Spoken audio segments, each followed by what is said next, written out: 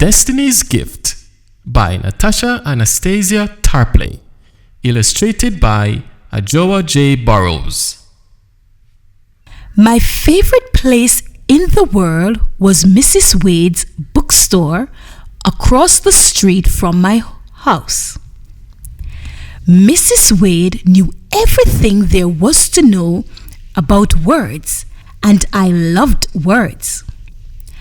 I went over to Mrs. Wade's every Tuesday and Saturday. As soon as I walked into the store, the wind chimes above the door tinkled a special hello. "Hey there, Destiny!" Mrs. Wade would call out and stop whatever she was doing to give me a big hug. She smelled like flowers and peppermint and had long silver dreadlocks that fell to her waist. "What's the word?"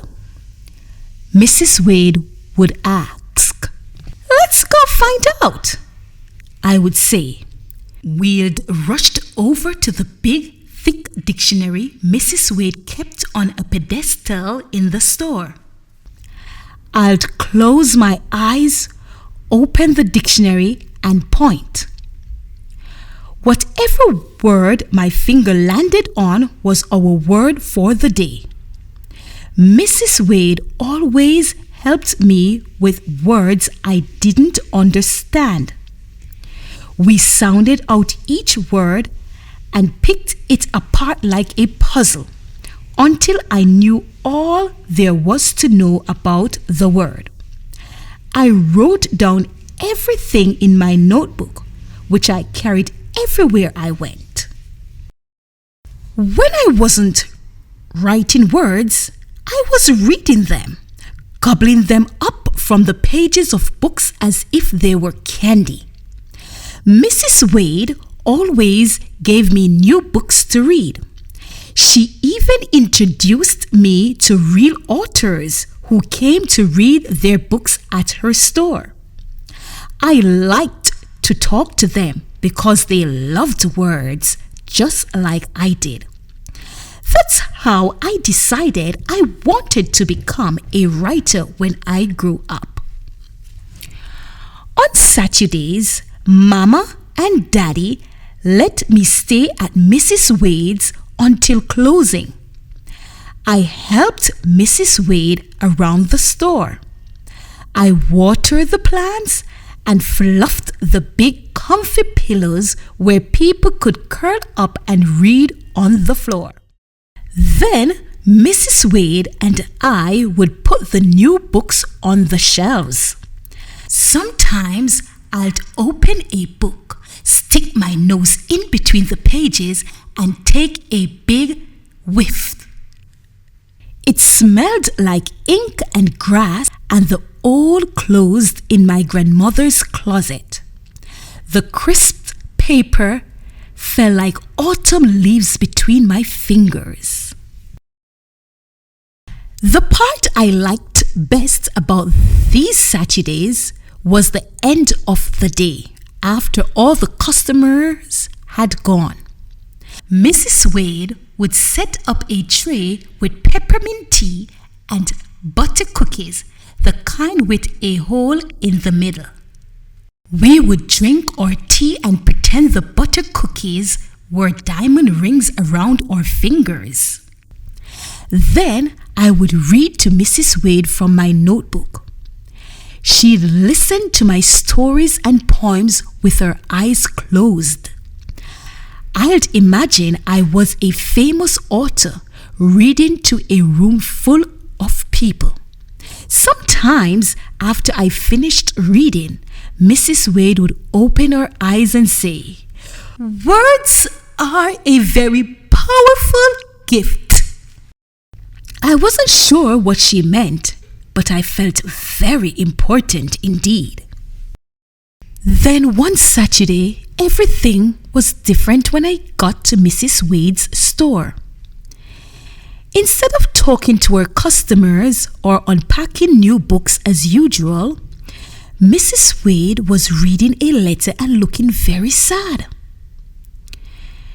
She put away the letter and smiled when she saw me, but I could tell she wasn't her usual cheerful self. Later, while we had our tea, Mrs. Wade told me what was wrong. She took my hands in hers and we sat with our knees touching. Have you ever had a really tough assignment in school, but no matter how hard you try, you just can't seem to figure it out? She asked. I nodded. Math problems were always like that for me.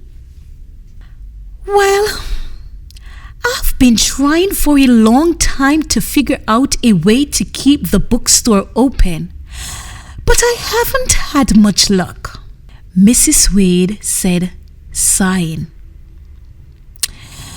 My landlord is raising my rent, and I can't afford to pay the new amount. I may have to close the store. Mrs. Wade sighed again, and I thought I saw a small tear in the corner of her eye. My heart froze mid-beat. Close? No! I couldn't believe it. Why? Why do you have to close the store? I asked, my voice shaking. I need to earn more money in order to pay the higher rent. And there just aren't enough customers for that, Mrs. Wade said. We can get more, I shouted. We'll see. Mrs. Wade smiled a sad smile. We'll see. When I got home, I told Mama and Daddy about Mrs. Wade's store. I cried so hard, I didn't think I'd ever stop. Mama and Daddy wrapped me in their arms. I know how much the store means to you, Mama said, stroking my hair. Maybe there's something we can do to help, said Daddy. Mama and Daddy got on the telephone and called all our neighbors. The next day, everybody on our block came to our house to talk about what we could do to save Mrs. Wade's store. The following Saturday, all the kids in the neighborhood passed out flyers to get folks to come to Mrs. Wade's bookstore. The grown-ups contacted the local TV news stations and newspapers and called Mrs. Wade's landlord to ask him to lower her rent so the store could stay open. On Sunday, we made signs that said, "Save our store," and then marched around the neighborhood. It felt like being in a parade. The next Saturday, we had a huge block party to raise money. There was singing and dancing and tables full of good food. I helped Mrs. Wade at her table, and we sold boxes and boxes of books. I had so much fun, I almost forgot to feel sad. Almost. Even with all the signs and the flyers and the block party, I still wanted to do something special for Mrs. Wade. I wanted to give her a gift that would be just from me. I thought and thought, but couldn't come up with any ideas. What's your thinking so hard about? Mama asks. I want to make a special gift for Mrs. Wade, but I can't think of anything, I said. Well, why don't you close your eyes and take a deep breath? Mama said. Then remember all the good times you had with Mrs. Wade at the bookstore. I'm sure you'll come up with something. I closed my eyes and followed Mama's suggestion. Suddenly, I had an idea. I jumped up, got out a new notebook, and started to write. I wrote down everything I loved about Mrs. Wade's store, from the sound of the wind chimes hanging on the door to the smell of the brand new books and Mrs. Wade's peppermint tea. I wrote all afternoon and all evening long. Mama and Daddy even let me write during dinner. The next morning, I finished writing and ran over to Mrs. Wade's store at its usual opening time. But when I got there, the store was closed. My heart pounded with fear as I peeked through the front window.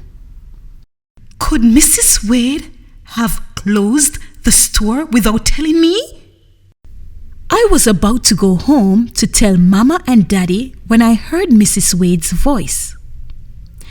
Destiny, here I am. Mrs. Wade called from her stoop next door. Why isn't the store open? I asked. I just needed some time to think, Mrs. Wade said. Will you have to close the store forever? I whispered. I hope not, but I'm just not sure, Destiny, Mrs. Wade said, sadly. It's hard to know if customers will keep coming back. I didn't know what to say. Then I remembered my notebook. I have a present for you, I said, and handed the notebook to Mrs. Wade. Her eyes lit up with surprise when she opened it and saw Mrs. Wade's Bookstore by Destiny Crawford. Why don't you read it to me? Mrs. Wade asked, a big smile spreading across her face. I read every word as Mrs. Wade listened with her eyes closed. When I finished, Mrs. Wade gave me a big, long hug. Destiny, this is the best present anyone has ever given me, she said, beaming. Words are a powerful gift indeed. That time, I knew exactly what she meant. Mrs. Wade and I don't know if the store will close, but until then, we're going to keep reading and writing and gobbling up all the words we can. What do you think happened to Mrs. Wade's store? Comment below.